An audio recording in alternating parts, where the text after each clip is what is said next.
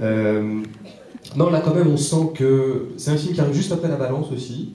On sent justement qu'il y a chez vous quand même du volontarisme en fait de casser un début d'image voilà, qui est un peu ce qu'on a pu dire là précédemment.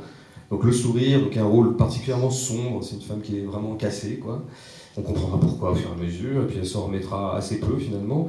Et puis il y a aussi une forme de vulgarité aussi, enfin de trivialité. On a entendu le monologue assez cru, elle a oublié, mais enfin c'est vous qui le dites.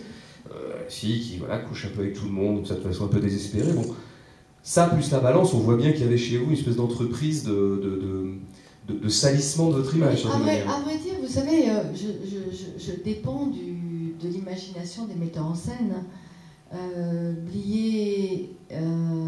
Bertrand Blier a pensé à moi pour ce rôle, je pense, avec Alain Delon, tous les deux, et Sard, le producteur, enfin je pense que c'est un truc comme ça. Ça ne vient pas de moi. Donc quand ce projet est arrivé et quand j'ai lu le scénario, j'ai eu envie de le faire. Mais c'est pas moi qui ai dit je voudrais qu'on m'écrive. Vous voyez ce que je veux dire? Il se trouve qu'il y a un moment. Alors qu'est-ce qui a déclenché ça? Oui, parce qu'un week-end sur deux, c'était avant ou après? Ah, c'est après. Non. Mais oui, mais c'est-à-dire que c'est étrange parce que même La Balance, même notre histoire n'a pas encore... la vraie charnière, c'est un week-end sur deux. Où là, subitement, il y a eu quelque chose qui m'a vraiment ouvert des portes. Alors peut-être que c'est l'accumulation de plusieurs de ces films-là, mais qui m'a donné la possibilité de jouer vraiment tout à fait d'autres personnages. On le verra juste après, donc ça tombe très bien. Qu'un film de... Ouais, juste 2-3 ans après, hein, oui, 89. 6 ans après. Madame a toute la filmographie. C'est mon assistante en fait. On fait les choses professionnellement. Non, qu'est-ce que ça fait aussi de jouer avec...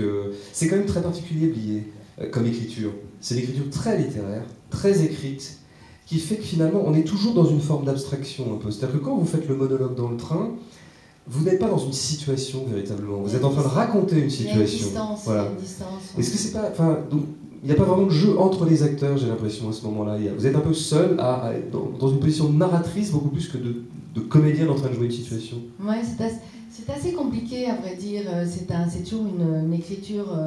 Enfin, l'écriture de tout ce monologue était formidable. Mais je me souviens qu'à un moment, je m'étais un peu comme ça rebuffée parce qu'il avait...